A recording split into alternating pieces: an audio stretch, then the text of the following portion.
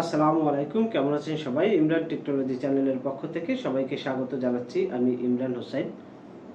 2025-26 শিক্ষাবর্ষে আপনারা যারা অনার্স ভর্তি পরীক্ষা দিয়েছিলেন কিন্তু কোনো সাবজেক্টে চান্স পান নাই, এখন তাদের কি করণীয় এ সম্পর্কিত একটি ভিডিও নিয়ে আপনাদের সামনে হাজির হয়েছি। তো 2025-26 শিক্ষাবর্ষে আপনারা যারা অনার্স ভর্তি পরীক্ষা দিয়েছেন তারা অনেকেই কোনো কলেজে সাবজেক্ট পাননি। তাদের জন্য ভিডিওটি খুবই গুরুত্বপূর্ণ, তাই ভিডিওটি সবাইকে পুরোপুরি দেখার অনুরোধ করছি। আর চ্যানেলে নতুন হয়ে থাকলে শিক্ষা সংক্রান্ত যে কোনো তথ্যের জন্য চ্যানেলটি সাবস্ক্রাইব করে পাশে থাকবেন। যারা অলরেডি সাবস্ক্রাইব করেছেন তাদেরকে অসংখ্য ধন্যবাদ। তাহলে চলুন আমরা 2025-26 শিক্ষাবর্ষে অনার্স ভর্তিতে যারা চান্স পান নাই তাদের ভর্তি সংক্রান্ত কিছু পরামর্শ এবং কিছু গুরুত্বপূর্ণ তথ্য জেনে নিই। তো 2025-26 শিক্ষাবর্ষে যারা চান্স পেয়েছে তাদের ভর্তি শুরু হয়েছে 5 তারিখে, অর্থাৎ অনলাইনে ফর্ম পূরণ শুরু হয়েছে 5 তারিখে। আর অনলাইনে ফর্ম পূরণ শেষ হবে 17 তারিখ, অর্থাৎ 17 মে 2026। আর কলেজে ফর্ম জমা দিয়ে ভর্তি হওয়ার ডেট হচ্ছে 18/5/2026। তো 5 তারিখ থেকে অর্থাৎ 6 তারিখ থেকে 18 তারিখ পর্যন্ত কলেজে গিয়ে তারা ভর্তি সম্পূর্ণ করবে যারা প্রথম মেধা তালিকায় স্থান পেয়েছে। আর ভর্তি হওয়ার পর কলেজ কর্তৃপক্ষের এই ফর্মগুলো নিয়ে কাজ করতে 25 তারিখ পর্যন্ত, অর্থাৎ 25/5/2026 তারিখের ভিতরে কলেজ কর্তৃপক্ষ এই ফর্মগুলো অনলাইনে কনফার্ম করবে এবং জাতীয় বিশ্ববিদ্যালয়ে তথ্য পাঠাবে এবং সোনালী সেবার মাধ্যমে কলেজের যে ফি রয়েছে সে রেজিস্ট্রেশন ফি সেটি জমা দিবে। এই টোটাল কাজের জন্য 25/5/2026 তারিখ পর্যন্ত সময় লাগবে। এখন আপনারা যারা চান্স পান নাই তাদের কি করণীয়? যারা প্রথম মেধা তালিকায় চান্স পায় না তাদেরকে ওয়েট করতে হবে দ্বিতীয় মেধা তালিকার জন্য। তো দ্বিতীয় মেধা তালিকা কবে প্রকাশ হবে? দ্বিতীয় মেধা তালিকা 25 তারিখের পরে হয়তোবা এক সপ্তাহ সময় নেবে, 5-7 দিন বা 10 দিনের ভিতরে দ্বিতীয় মেধা তালিকা প্রকাশ করা হবে। তো দ্বিতীয় মেধা তালিকায় আপনারা যদি চান্স না পান তাহলে আপনাদেরকে যা করতে হবে, রিলিজ স্লিপের জন্য ওয়েট করতে হবে।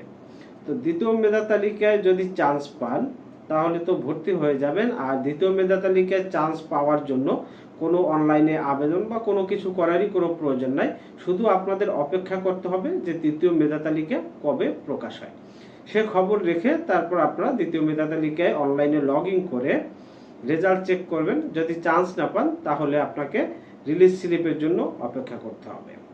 আর দ্বিতীয় মেধা তালিকার পরে কোটার একটি মেধা তালিকা প্রকাশ করা হয়। আর কোটার মেধা তালিকায় ভর্তির পরে যদি আসন শূন্য থাকবে যেসব কলেজে, সেই আসন শূন্য থাকার সাপেক্ষে আপনাদেরকে রিলিজ স্লিপ আবেদন করতে হবে। আর অনার্স ভর্তির ক্ষেত্রে আপনারা মোট 2টি রিলিজ স্লিপ পাবেন। আর এই 2টি রিলিজ স্লিপে প্রথম রিলিজ স্লিপে আপনি সর্বনিম্ন 5টি এবং সর্বোচ্চ 10টি কলেজ চয়েস দিয়ে আবেদন করতে পারবেন। আর এটি বাংলাদেশের যে কোনো স্থানে আপনি চয়েস দিতে পারবেন। আর প্রথম রিলিজ স্লিপ শেষ হওয়ার পরে তারপরে আপনাকে রেজাল্টের জন্য আবার অপেক্ষা করতে হবে। তো রেজাল্টের জন্য অপেক্ষা করার পরে আবার রেজাল্ট প্রকাশিত হবে, আবার আপনার অনলাইনে চেক করতে হবে যে আপনি চান্স পেয়েছেন কিনা।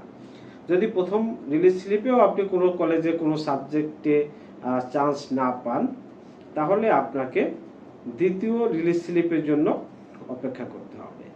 এরপর আবার দ্বিতীয় রিলিজ স্লিপে আপনাকে সর্বনিম্ন 5টি এবং সর্বোচ্চ 10টি কলেজ চয়েস দিয়ে আবেদন করতে হবে। এখন রিলিজ স্লিপে আপনি আবেদন করতে কি করণীয়, মানে কিভাবে করবেন? দ্বিতীয় রিলিজ স্লিপ এবং প্রথম রিলিজ স্লিপ একই পদ্ধতিতে আবেদন করা যায়। আপনার যে অ্যাডমিশন রোল পিন নম্বর রয়েছে সেই রোল পিন নম্বর থেকে লগ ইন করে তারপর আপনাকে আবেদন করতে হবে।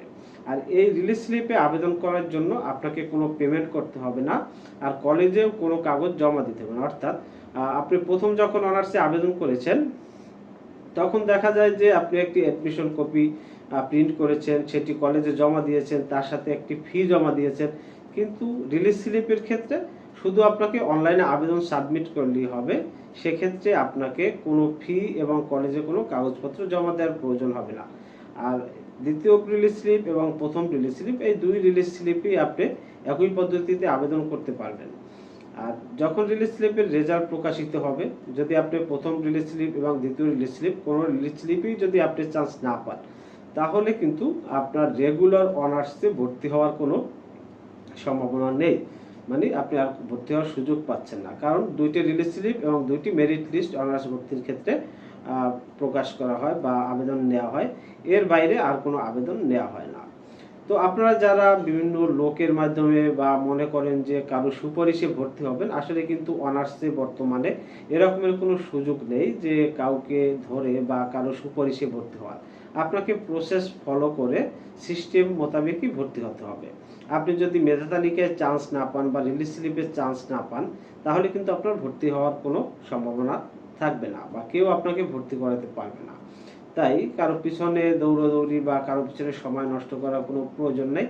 আপনারা ওয়েট করেন যে দ্বিতীয়, এখন যারা প্রথম মেধা তালিকায় চান্স পান নাই তারা দ্বিতীয় মেধা তালিকার জন্য ওয়েট করেন।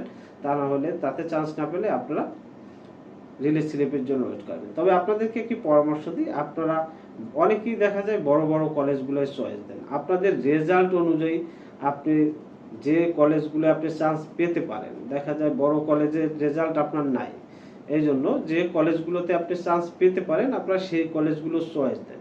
প্রথম অবস্থায় যদি আপনারা সেই কলেজগুলো চয়েস দিয়ে আবেদন করেন, তাহলে কিন্তু দেখা যায় এই সমস্যাগুলো হয় না।